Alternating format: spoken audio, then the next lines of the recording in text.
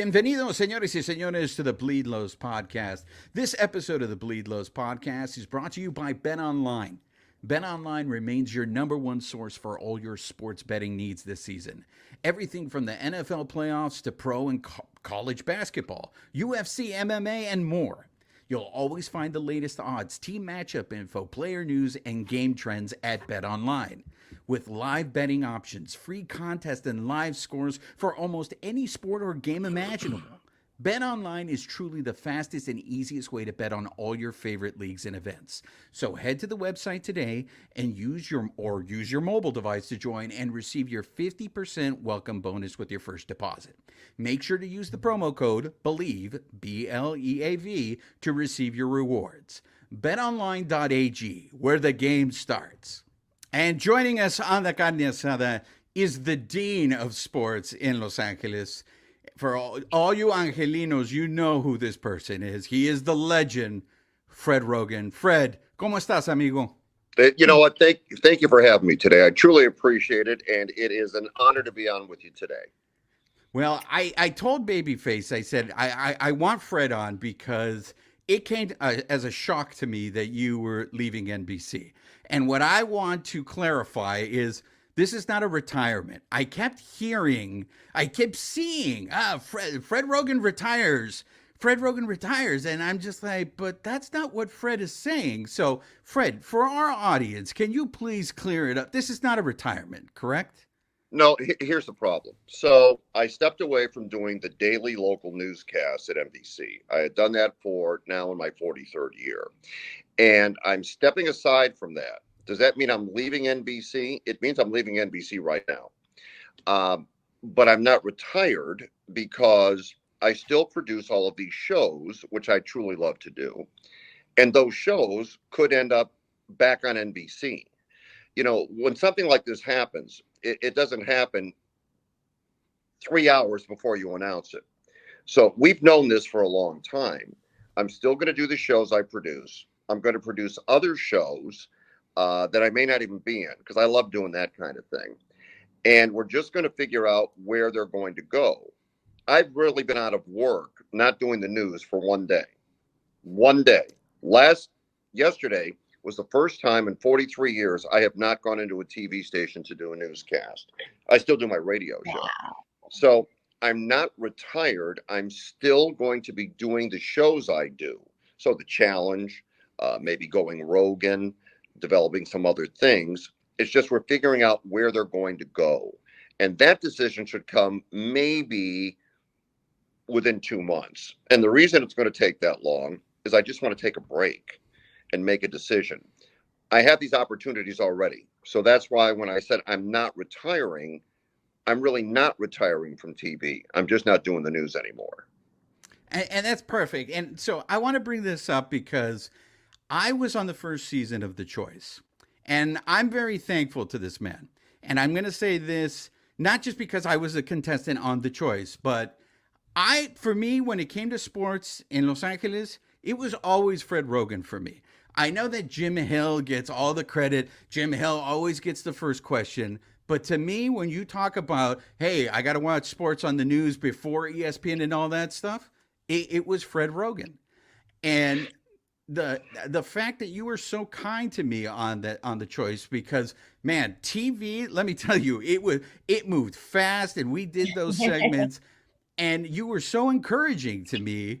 The fact that I was the guy showing up wearing Lakers jerseys and wearing Dodger gear, and everybody else is in suits, looking professional, and Fred never once said to me, "Hey, maybe you should be more professional." In a way, Fred, I felt like you were just saying, dude, just be who you are. So that being said, Fred, why is it important for you? Like, you created something like that where you give opportunities.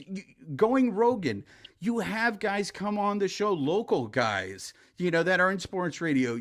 I feel like you give guys opportunities to be on TV, and you don't have to do that. Why do you do that? Because above all, when you do what I do and your craft is really production, and again, I'm a producer that did sports, not a sports guy that was a producer. And when you do what I did, You want to put people on TV. You want to give people opportunities. You want to try things. You want to create things because you're doing it for the audience. You know, when you look at local TV, it's different than the network and it's different than a national broadcast. Local TV is for local people. So what I always strive to do was put local people on and give them opportunities. People in your neighborhood, your friends, your relatives, your family, they would watch you because that's what our job is here. You know, you mentioned the great work Jim Hill does, and he does an incredible job. And the barometer of success is longevity. He's at the Mount Rushmore of longevity. I always took a different approach. I didn't really focus as much on the nuts and bolts of sports. I tried to do a sports cast for people that were marginally interested in sports. In a local newscast, 30 minutes long, the last thing is sports. And you go, well, of course, they save the best for last. That's not true. They put it at the end because the research indicates fewer people care about sports than they do about the general newscast. So my approach always was, okay, if I go after the hardcore, diehard sports fan, we know what the news research says. It's the smallest percent of the audience. But what if I then refocused and went after the largest percent of the audience, the people that didn't really care? They found it interesting, or you could make it fun for them, but they didn't live and die it. I decided we would go after this part of the audience instead of this part of the audience. And that's really how we developed what we did at Channel 4.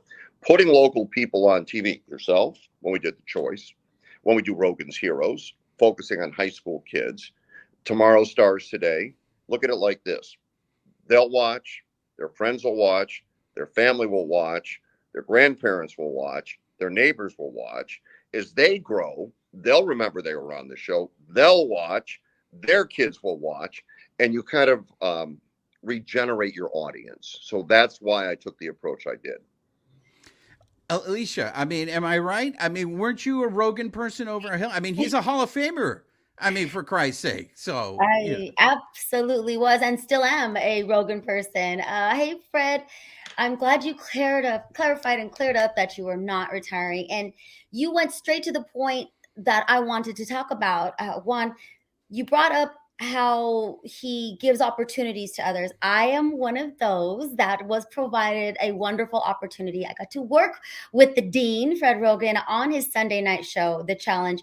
And Fred, that speaks to exactly what you just spoke of. You were hyper local before it became this, trendy term in news. Look at my hat is kind of awkward. Your head looks fine. Thank you. Always repping, always repping. Yeah, you mentioned high school football. You mentioned a lot of people that would watch because their friends or their coaches or their teams, but also you did local heroes. So that is, again, speaking to what you just mentioned. That was your approach. You were our guy. You are Southern California's guy. And when I got to work on the Sunday show with you, The Challenge, I mean, you legitimized me. Even though I've been working in radio and television in Los Angeles for almost 20 years, the fact that I got to work Sunday nights with you, all of a sudden, I'm getting text messages from people, ex-boyfriends, a lot of cousins I didn't know, trying to ask, hey, can I come by the set? Or do you guys ever hang out afterwards? Where do you go? And I had to tell them I get up so early the next morning, I didn't get to hang out. But, it was really awesome that you gave me that opportunity. And yes, I'm going to be bummed not seeing you daily, but I do know that you are a producer first. And I expect to keep seeing these shows, these images, these stories of Southern California. So just make sure you're staying in Los Angeles, correct? Yeah, I'll be here. Okay. All right. First of all, Alicia, thank you for doing the show. You were terrific. And your time on the show came to an end, but I had nothing to do with that. That was not on me. Let's clear that up. It was not right. you. That was not me. Yeah, during the lockdown, no one knew why I left, and I wasn't given an opportunity to say so. Right. Well, yeah, that wasn't me. It was a station decision going in a different direction in a number of areas. But it wasn't me, and you know that because I put you on it. I thought you did a great job, and people really liked you. When you talk about hyperlocal, I started in Globe, Arizona in radio, and I worked, my first TV job was in Yuma. Then I went to Austin, Texas. Then I went back to NBC in Phoenix, and I ended up here. And the thing you learn when you work in smaller markets is that that is what you have. Austin, Texas had no pro teams. It was the University of Texas. Mhm. Yuma, Arizona was all high school stuff. Phoenix, when I got there, was not a major league town yet. So you focus on local people. When I came to LA, it was a very different market because you had all the pro teams. But I believe, because of my training in smaller places, that the best way to talk to the local audience is to put local people on TV. So a lot of the stuff we've done over the years has not been something the other stations would have tried. They just don't think that way, and that's fine. I mean, everybody to each their own. But we have done things and we've approached things in a way that no one else really does, because of my training when I grew up in the business working in smaller markets. So I do know you have a connection to Arizona, and that's why I wanted to clarify that you are staying in Los Angeles, and we could look forward to more of your productions. And we do get to continue to hear you daily on AM 5, or yes, AM 570, correct? Correct. Correct. That's I listened to you earlier today. I'm going to be checking, making sure that you're still on there. Yeah, You know, see, I'm very here, loyal. here's what you have to understand. I started in radio. I was a radio guy that got into TV. I wasn't a Same. TV guy that started doing radio. And my career started in radio in Globe, Arizona, where I was Uncle Fred, playing top 40 hits every night and doing the play-by-play of the local high school teams. Then I moved to Yuma, Arizona, and I became Rock and Roll Roggin every day, 10 to 3, another biscuit from the ever-loving of hits. And yeah, and then I did the play-by-play of the local high school team, but they had a TV station in Yuma, and I asked if I could try out to be on. And they said, no, we don't let people try out here. You are on. That's how I got on TV. I just asked somebody, and they put me on. I made $5 a night. Uh, and then I moved to Austin, Texas, then back to Phoenix, where I went to high school and elementary school, and then moved out here in 1980. I've lived at Channel 4 longer than anywhere I've lived in my life, any house, any city. But I'm a radio guy. So you said, well, I heard you on AM 570. Yeah, because I'm not going anywhere. When you Right. start radio, if you do radio, or as we call it today, audio, because you can hear it on so many platforms, if you Right. start in that, that's in your blood. It never leaves you. And it's interesting because it requires more work than TV, Mhm. really more focus than TV. I think more creativity than TV. Mhm. I would All of agree. those things are associated with radio. So radio's harder, and it never paid as much as TV. But radio was always my first love. And Mhm. that's why, for a good portion of the time I've been here in LA, I've also done radio. I'm the only guy that does TV and radio doing local news here, because it's just part of me and I love it, and it requires more work. But I'm to a point where if it's fun, I should do it, even if it requires work. So TV was always my job, and people thought radio was my side hustle. Now radio is my job, and TV will be my side hustle. Amen. Always growing. And I'm going to round up that whole thought with this.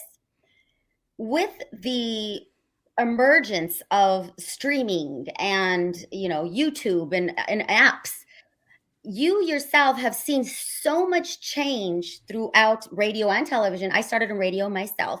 What would you tell young people? Because I get asked this question all the time. What do I do? You can't go the traditional route anymore. Or I shouldn't say can't, but that's not the only way to get a job broadcasting, because now it's not even limited to news and radio, which you just yourself corrected as audio. I mean, what would you tell a younger person? Should they continue and go to school and get a broadcasting degree? Should they, get their own channel first? And I mean, what would you tell a young person that wants to be a sports broadcaster, or even a news a storyteller? Yeah, it's tough. It's really tough. You went to USC, right? If I remember I correctly. did, right? Okay. I did Right. everything I was told to do. Right. Okay. So I've had some kids about 5 years ago come into NBC a class, and they come in broadcasting class, and they walk around, they talk to people, and they walked in and they talked to me. And whoever was doing it said, this is Fred Roggin. He'll give you some tips. And I looked at everybody. I said, okay, I can give you tips on how to be really good. I can tell you exactly what to do if it was 1997, but it's not 1997. So really what we should be doing here is not me telling you, is you telling me. You telling me how you consume media. You telling me what interests you. You tell me what it is you want to do. I can't tell you.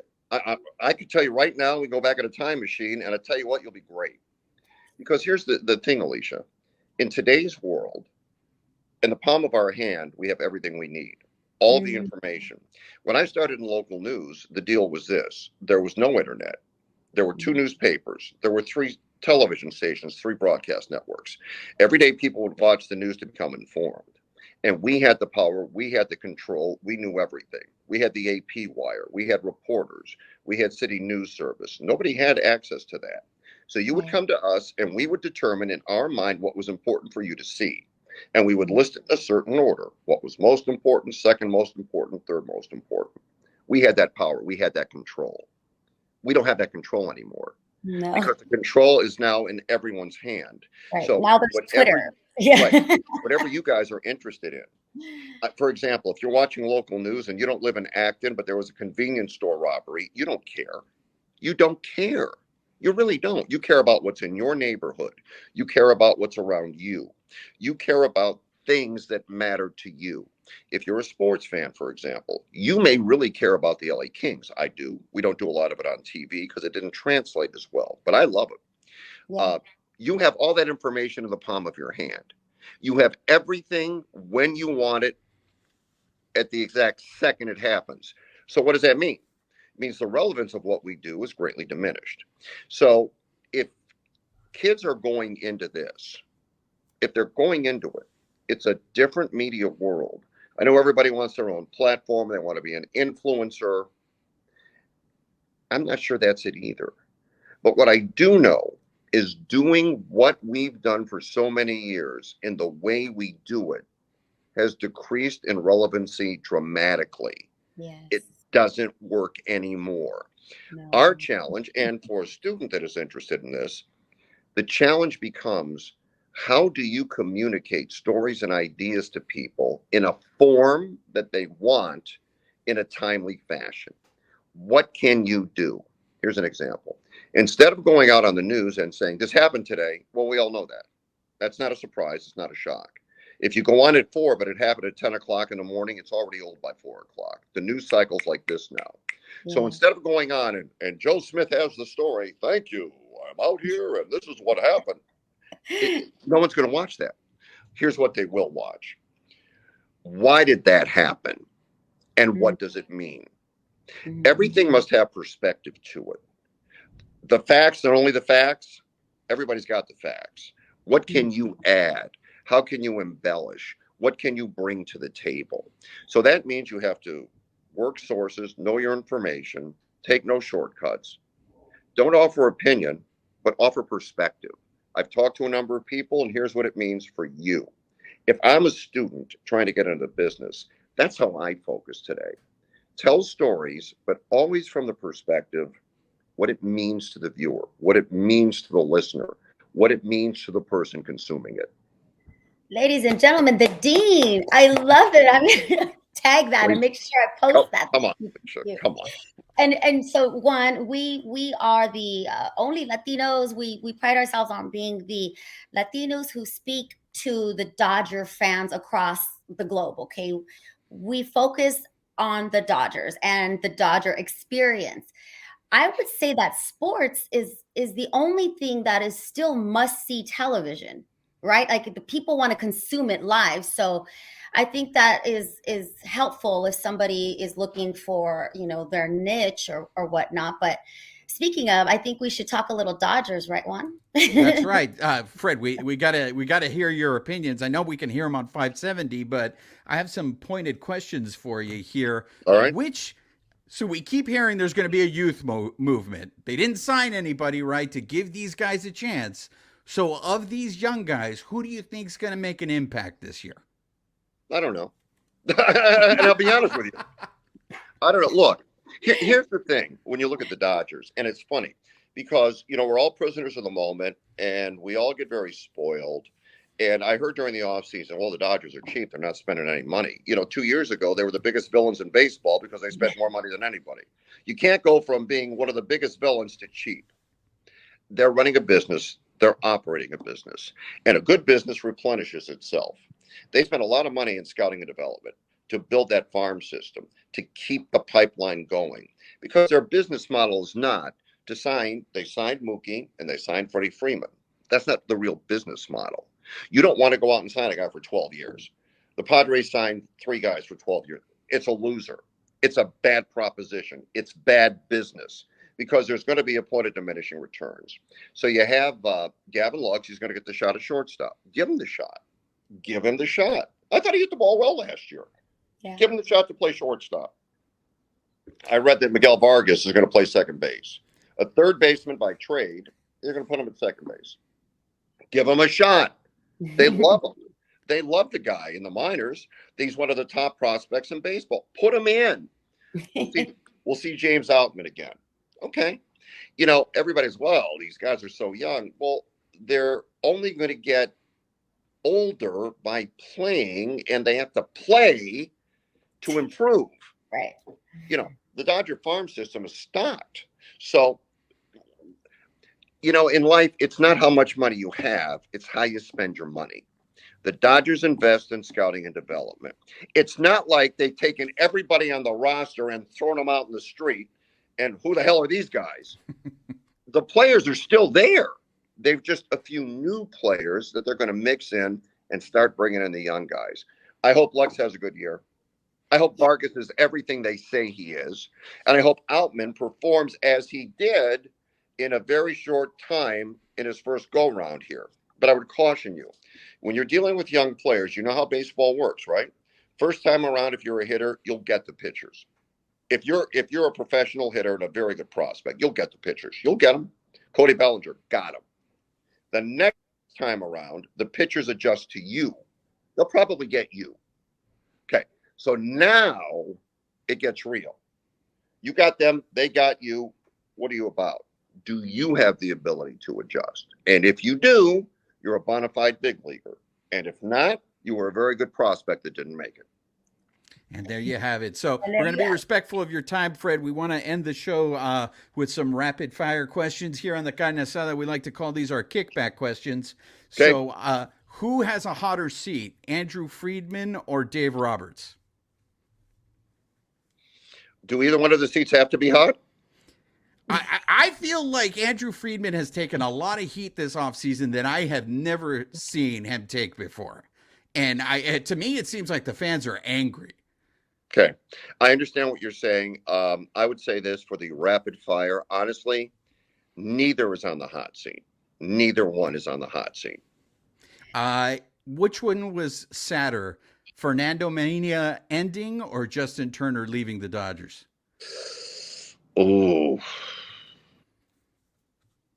Fernando Mania ending. And Justin Turner leaving the Dodgers was a stab in the heart. Mm-hmm. But Fernando Mania, look, Fernando Mania captured the imagination of the entire country. And also at that time, really did more than anything to increase the Latino fan base going to Dodger Stadium. Mm-hmm. I mean, the Dodger fans are, I would say, more Latino than not. Mm-hmm. And Fernando was a big reason for that. And, it's funny when you look at fan bases, Dodger fans are very loyal, and they live and die their team, and they bleed Dodger blue, and they're very family oriented, just like the fan base, very family oriented. And that's how people bring the Dodgers into their hearts. They look at them as part of their family. Yeah, generational. Will number 34 ever be retired at Dodger Stadium? Will number 34 ever be retired at Dodger Stadium? Do you think number 34 will be a Hall of Famer? No, but they don't give out the number. And he's a Hall of Famer in what you just said right now, Fred, the cultural impact that he had, because that stadium sells out because of what you just said. the Latinos. To this day, I see more Valenzuela jerseys out in the palenque, Yeah, out there than I yeah, do any other. So yeah. the fact that this rule, I get it, it's going to open a can of worms because then all the Steve Garvey fans come out. Well, then number 6 needs to be retired. And it's like, look, Garvey was great, man, but Fred just said it. The cultural impact. And maybe if you're not Latino, you don't get it, but you seem to get it, Fred. No, I think if you live here, you get it. If you've lived here for any period of time, you certainly get it. Here's the thing with the Dodgers: you got to be in the Hall of Fame. That's how they do it. Would I retire? Okay. How about this? He doesn't have a statue. No. No. How about they give him a statue? I think that would be more fitting. Give him a statue, and I would advocate for that. Okay, two more, Fred. Would Tommy Lasorda ever survive being a manager in today's baseball? Absolutely, absolutely. He'd go tell everybody to screw off, but he would certainly survive. He'd be a great character. Yeah, he'd survive. He was so much fun. Yeah, he'd survive. You don't think they'd cancel him? You don't think they would cancel Tommy for Tommy saying something that F-bombs? Yeah, you want to know what's really funny about that? And I can't explain it. I cannot explain it. And I'm sure you guys get this. There are certain people that could say something and be canceled like that.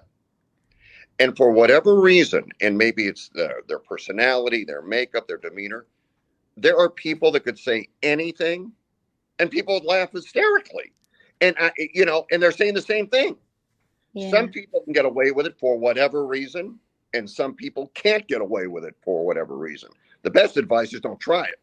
But I think Tommy Lasorda was a guy that could have gotten away with it.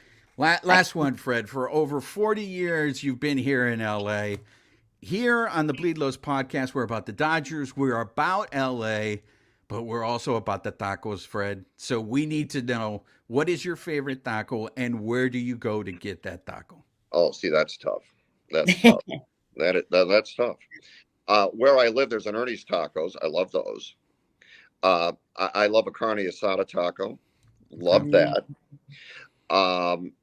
We eat tacos all the time. Don Cuco's, I think, by where I live, because I live in the valley, is outstanding. Casa Vega, right? Oh, love it. Yeah.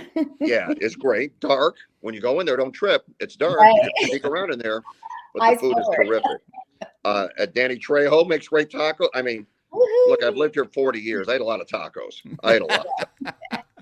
And there you have it, ladies and gentlemen. I am so grateful that the Dean came on. We're going to miss seeing you on TV, but we have 570. We get to listen to you and Rodney every day. I appreciate that you guys are on a Dodgers-owned radio station, partially owned, excuse me, but you still call it the way it is, Fred. And I can see that sometimes that can be difficult, blurring the lines, right? Hey, man, you're being a little too... I mean, you're a guy who hosted a show with TJ Simers, so, I mean, you're an expert at navigating that. Actually, last one before I promise, last one. I just need to know, you are the greatest straight man to Petros. And to me, there is no better example of how brilliant you are because you made that choice. And that you said, the way this is going to work is if I'm the straight man. If I try to compete with him, it's not going to work. But is there ever a time where you just want to tell him to shut up? Okay, fair question. Fair question. The thing is this, and it goes back to what I said a while ago. I'm a producer. I only care about the product, truly. I only care about what people see or hear and how they react to it. If they react well, we have a good rating, I get paid. If they react really well, we get a better rating, I get paid more. So when the challenge was constructed, I did it the first season by myself. I looked at the numbers and I wanted us to get a little younger. Now, Petros and I had done radio together back at the Ticket, 1540 The Ticket. That's how we met. And we developed this bizarre chemistry where I would play the straight man to what he says. But if you watch me in other scenarios, I'm the Petros character in other shows. So Johnny Carson, the great Johnny Carson, said the best host makes the guest the star. I understand that the chemistry that Petros and I have together is hard to create, and it's unique, and it works. It requires mutual respect, an understanding, and then you have to trust each other while you're out there. Have I ever wanted to tell them to shut up? No. Have I ever given them like the stink eye? Yes, I've done that. There you go. Alicia, any closing thoughts for the Dean? No, just wanted to give you a big hug and remind everybody that they can also listen to your show on your podcast, right? You want to tell people how to find it? iHeartRadio app. Download the free iHeartRadio app. Stream the show wherever you go. AM Love 570 you, LA Fred. Sports. You can listen to the show live every day. And if you miss any part of it, feel free to podcast Roggin and Rodney. Kevin will put it up the minute we get off the air at 3 o'clock every day. And there you Love have it, you. ladies and gentlemen. The Dean. Thank you very much, Fred. Appreciate your time. Love Thanks, you. guys. I appreciate being on. Thank you. Thank you. And a big thank you once again to the Dean of Sports here in Los Angeles, Fred Roggin. Fred Roggin has played an important part in a couple of people's lives on this show. Alicia, how was it seeing Fred after your time on the challenge? Oh, it was, Fred was always good to me. Fred was always supportive, but had, like you said, just friendly, approachable. He's been doing this for so long.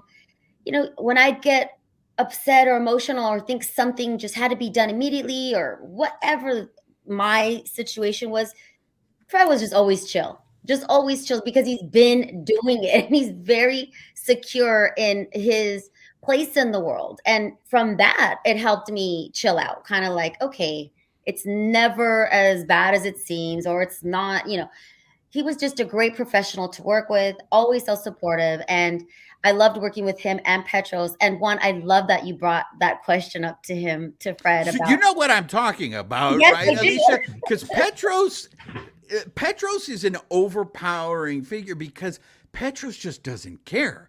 Like Petros Right. will say whatever comes to your mind. And if you watch that show, you just see Fred will shut up and let Petros do his thing.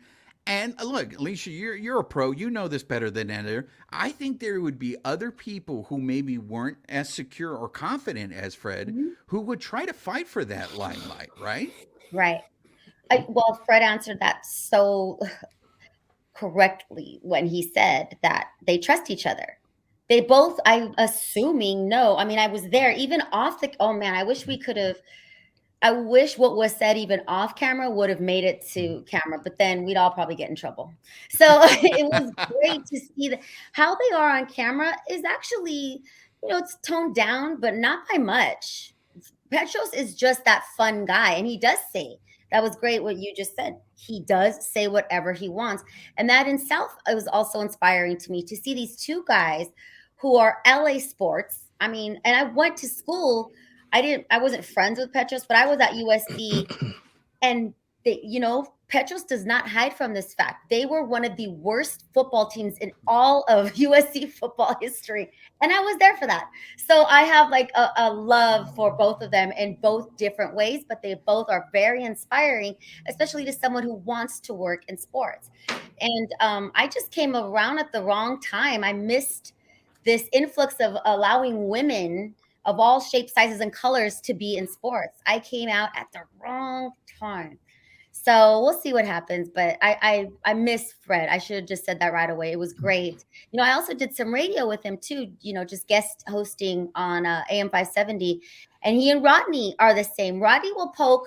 Kevin figures you guys listen. He pokes at Fred too. And they all have a respect and this trust where they know what line not to cross. But the line is, it's very faint. They talk about each other in many different ways. That's like you said, a lot of people couldn't handle it, I don't think, the way they do it well. Yeah, no, absolutely. Babyface, what are your thoughts on the Dean? I mean, in particular, I know that Jim Hill gets a lot of love in this town.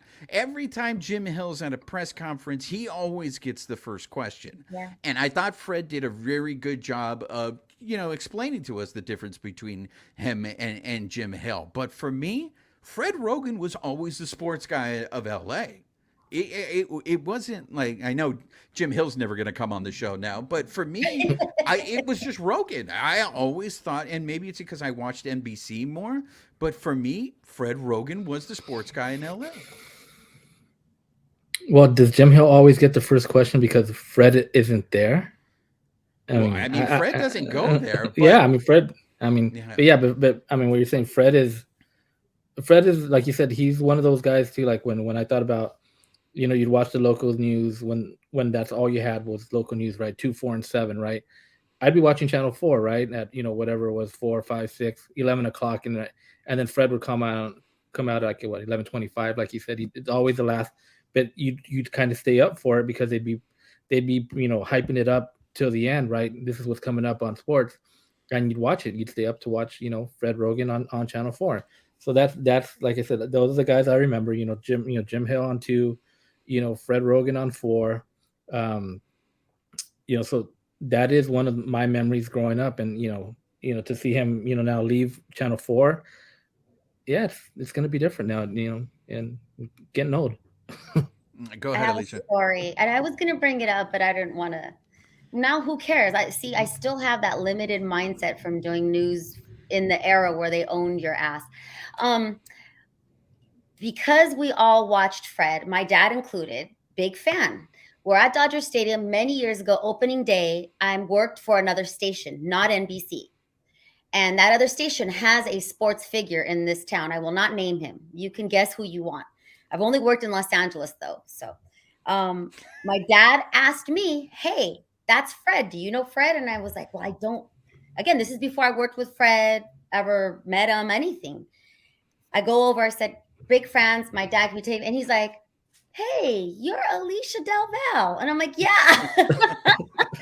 But he knew my name, huge, right? I'm just like so excited. And then he's like, of course. So there we are. Fred's actually like suited up still. Like he was probably broadcasting from there leading up to opening day. Me, my dad, Fred Roggin, take a picture.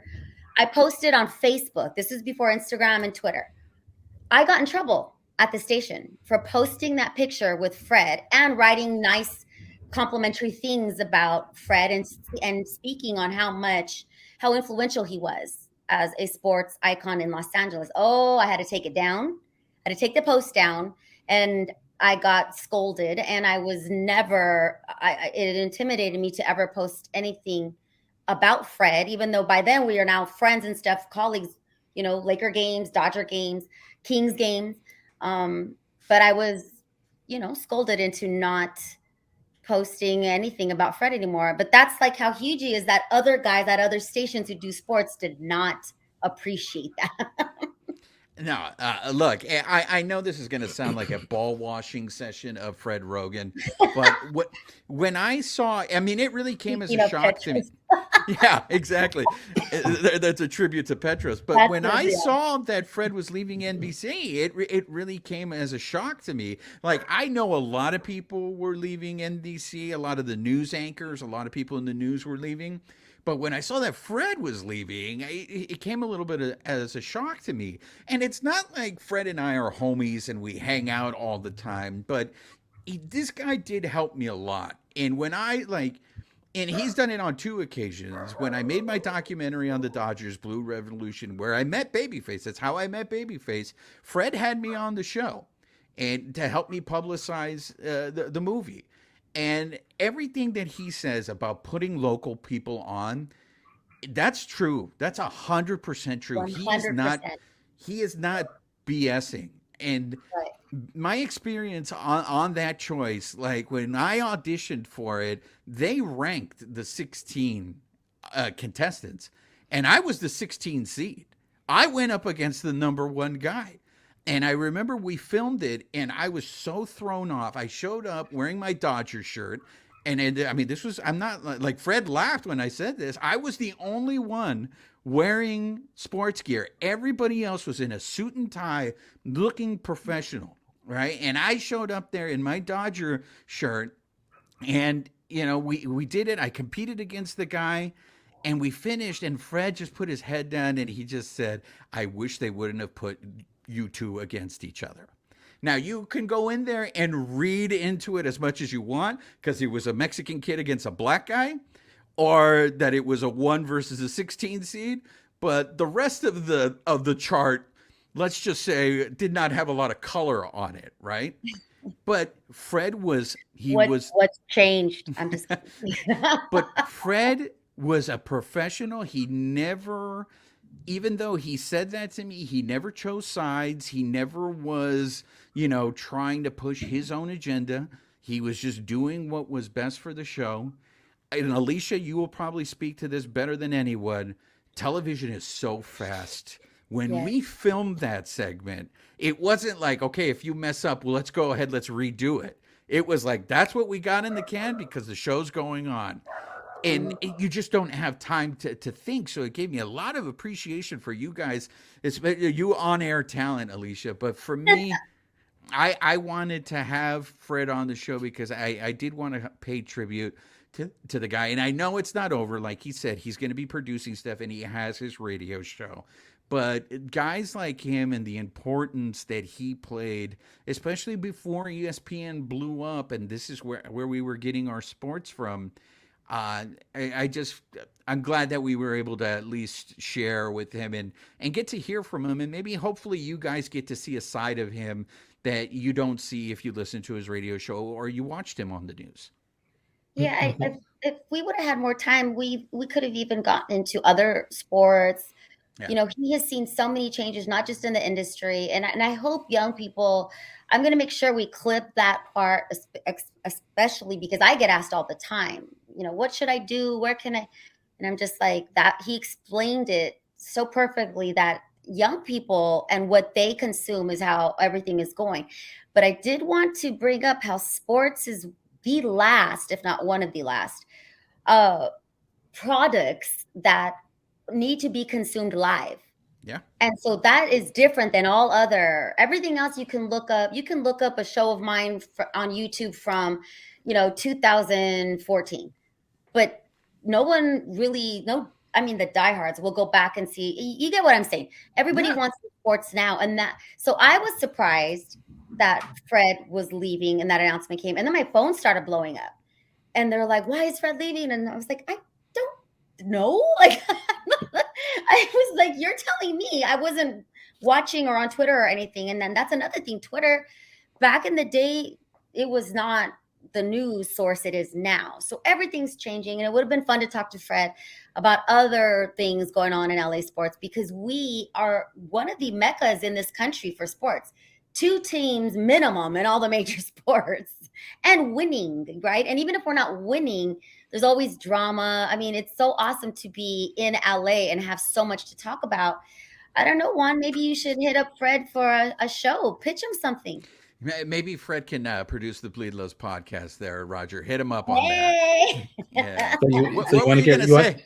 you want to get rid of me? Is that what baby? you're saying? No, I'm just saying. Oh.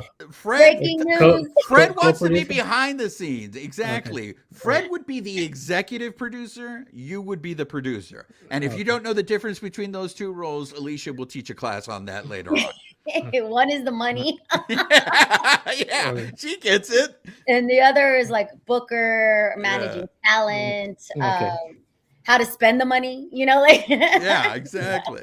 No, I was just gonna touch on what you said, like him having local people on. I mean, it's a story for another day, right? But I mean, he had me on when that home court stuff was going down. Yeah. Like Fred is one of the guys that I went and I sat down with and I talked and I went in the studio. He had me on. We talked. And like you said, it was just he had me on. He started talking, and then we'll cut out whatever, and then it just went by. So he was looking out for what was going on in the community, what was going on with the Dodgers back then, and like I said, just having local people that telling their story. He was one of those guys. And Yeah. look, for those of you, sometimes we have longer time with our guests. Sometimes we have a very short window.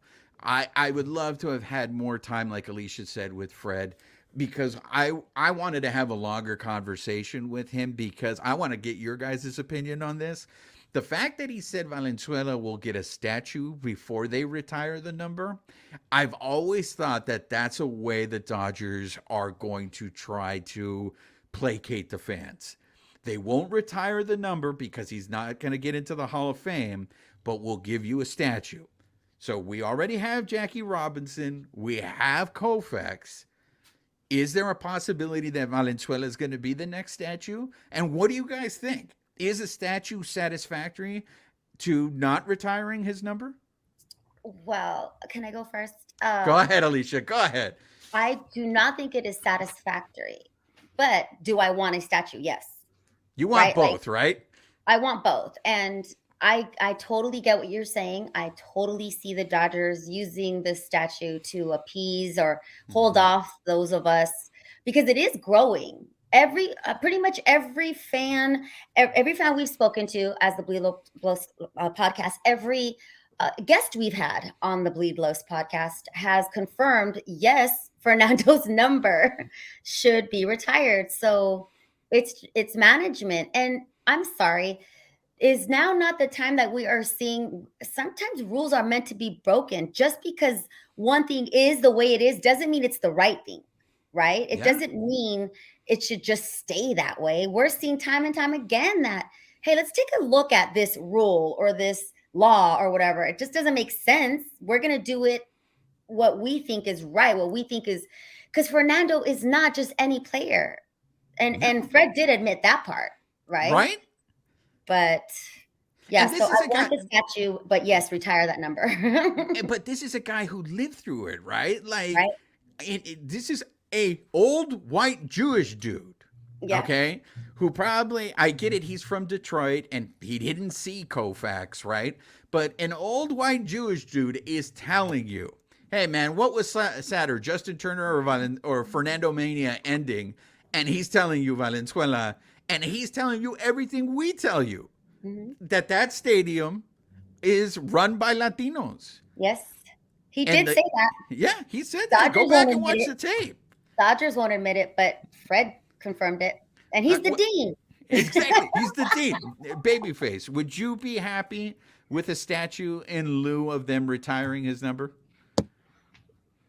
Yeah, I think the same thing. In lieu of, no, I mean, I think both. It should be both, right?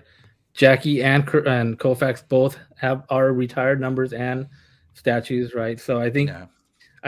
it's both. It's kind of like he gets his number retired and he gets a statue. I think you got to do it, right? I mean, he has a statue with the Charos, right, in Mexico, right? He has a statue there in front of their stadium, and he has his In number. Mexico, 34 is retired, across yeah, the whole across league. the league. Yeah, I meant to tell that to Fred. Thank you. So I mean, they know what Fernando meant, right? And that's the thing too. When we post stuff, we'll put retired 34, right? We'll bring that up. We'll put that on social media. The first thing we get is he's not a Hall of Famer. Yeah, and he's not going to get. And we know that. We know he's not a Hall of Famer, and we know he's not going to get into the Hall of Fame by his numbers alone. But this is a special case. This is, like you said, this is cultural. Fernando changed the game for Mexicans and Latinos in the 80s. He changed the game. He brought fans out that weren't coming out. He made an impact. People even said he changed the game across the league, not just in LA. He changed the game across the league. That's what merits his number to be retired. It has nothing to do with what he did on the baseball field. It's what he did outside of for fans. That's why his number should be retired. Look, I go back to when we had Danny Trejo on. What did he say about Fernando? Before Fernando played baseball for the Dodgers, he did not give a shit about baseball. I'm re-quoting him, but basically he said that. Yeah. No, you're right. Look, I can't think of a more white person. No one comes whiter than Dale Murphy, right? Dale Murphy on the show played for the Atlanta Braves. When we talked about him, not only was he, when we asked him the Fernando question, not only was he surprised that the number was not retired, but he proceeded to tell us how legit Fernando Mania was, not just in LA, but in Atlanta and everywhere you played. So I know we're going to start hearing we're going to get these responses because every time we bring this up, we always get it. Well, Garvey, what about the infield? We'll retire this and retire that. Guys, we are not saying that this number needs to be retired in strict baseball terms. We are talking, and I know probably a lot of people, God, you guys need to let this go. You guys harp on this. And it's like, look, history repeats itself, right? When you look at Julio Urias pitching at Dodger Stadium, there is an older group of fans that see Valenzuela when they see Urias out there pitching. And if we ever get Urias on the show, I'd love to ask him, are you pitching because maybe your dad watched Fernando Valenzuela, or are you pitching because somehow you were inspired by this left-hander, Fernando Valenzuela? That impact, that is what we're talking about here. And that's just something that I just feel the reason why we talk about it is because if we don't talk about it, it will be forgotten.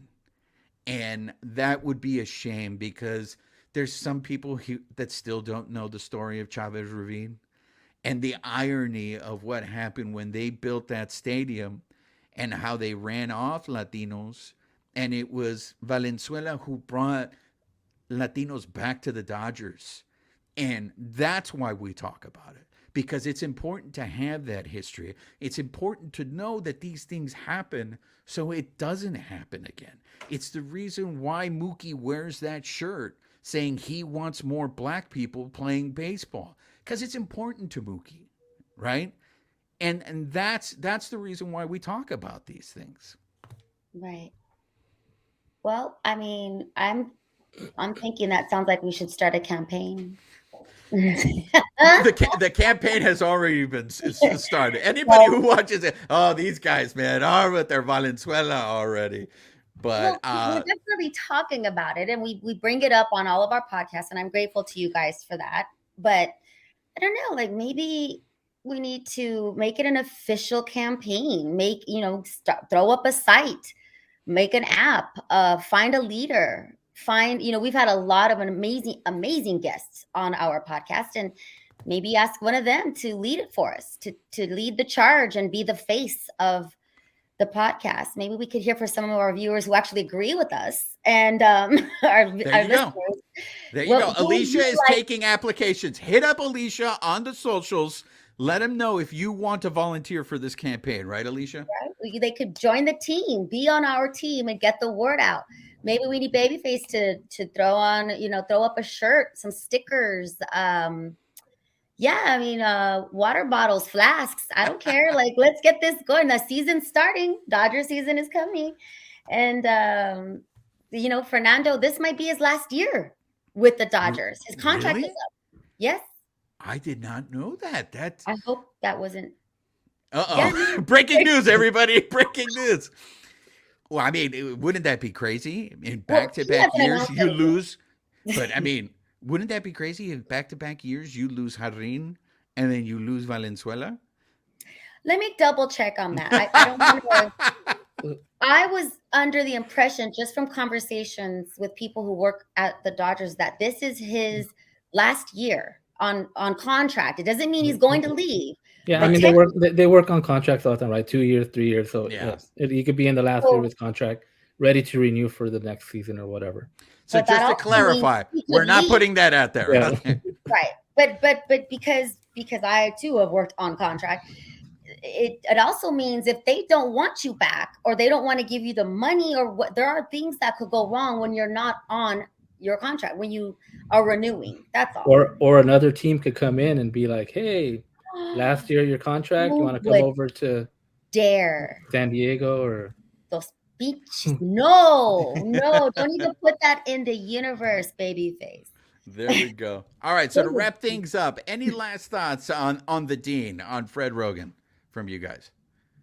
I'm just so happy for him that it sounds like this is on his this is his making. He said himself he wants to relax. It is a daily grind, and to be on television, it's a lot of this, right? Your hair, your groomed, your suits. There's a lot that goes into it, and just because you start at a certain time, you're there for hours. And I've met his beautiful wife. She is a freaking hoot. She's so fun. His kids are awesome. He'll probably have more time to travel and watch his son play. Visit his daughter. Like, she's out of state, so I'm happy for him. I wish him the best of luck, and I can't wait to see, I can't wait to see Juan's show on the Fred Roggin channel. You mean the Bleed Loves podcast presented by Fred Roggin? Babyface, you get the last word. Yeah, I mean, gonna be great working under Fred. So I'm excited. So there you have it. So for those of you who had not subscribed to the podcast, what are you waiting for? Subscribe to the podcast. Also, if you've stumbled across us on the YouTube page, subscribe to the YouTube. Real quick, we buried the lead. What is that? Remember the ratings came out yesterday, and I showed you where we were top 5. That is true. If you haven't, check out the socials. We're blowing up in Armenia. For those of you who have been loyal listeners, you knew that we blew up in Israel, but guess what? Now we blew up in Armenia. We are in the top 5 podcasts in Armenia. And who knew that there were so many Baltimore Orioles fans in Armenia? All the podcasts ahead of us in Armenia are all Baltimore Orioles. Is there an Armenian that plays for the Baltimore Orioles? Is that what's going on here? I don't know. I'm gonna have to look at their roster. We have to look it up. But either way, our primos, our Armenian primos, love the Bleed Los podcast. So thank you to Armenia. Thank you for supporting us. We appreciate your continued support. That being said, subscribe to the YouTube channel. We got specific YouTube content. We have a recent interview with Jay Outman. We have a great interview that's been getting a lot of reaction. Have you noticed all the Japanese fans that started following us after our interview with Sam Bloom about how the Angels neglect the Spanish language broadcast? That's on our YouTube channel. So there's more reasons. Not only can you catch and you can look at our beautiful faces on YouTube for our weekly podcast episodes, but we have specific YouTube content that you will get only if you're subscribed to the YouTube channel. So, yo he sido su servidor, Juan Ramírez, de parte de mis colegas, Alicia del Valle, Babyface Roger. Nos vemos para la próxima.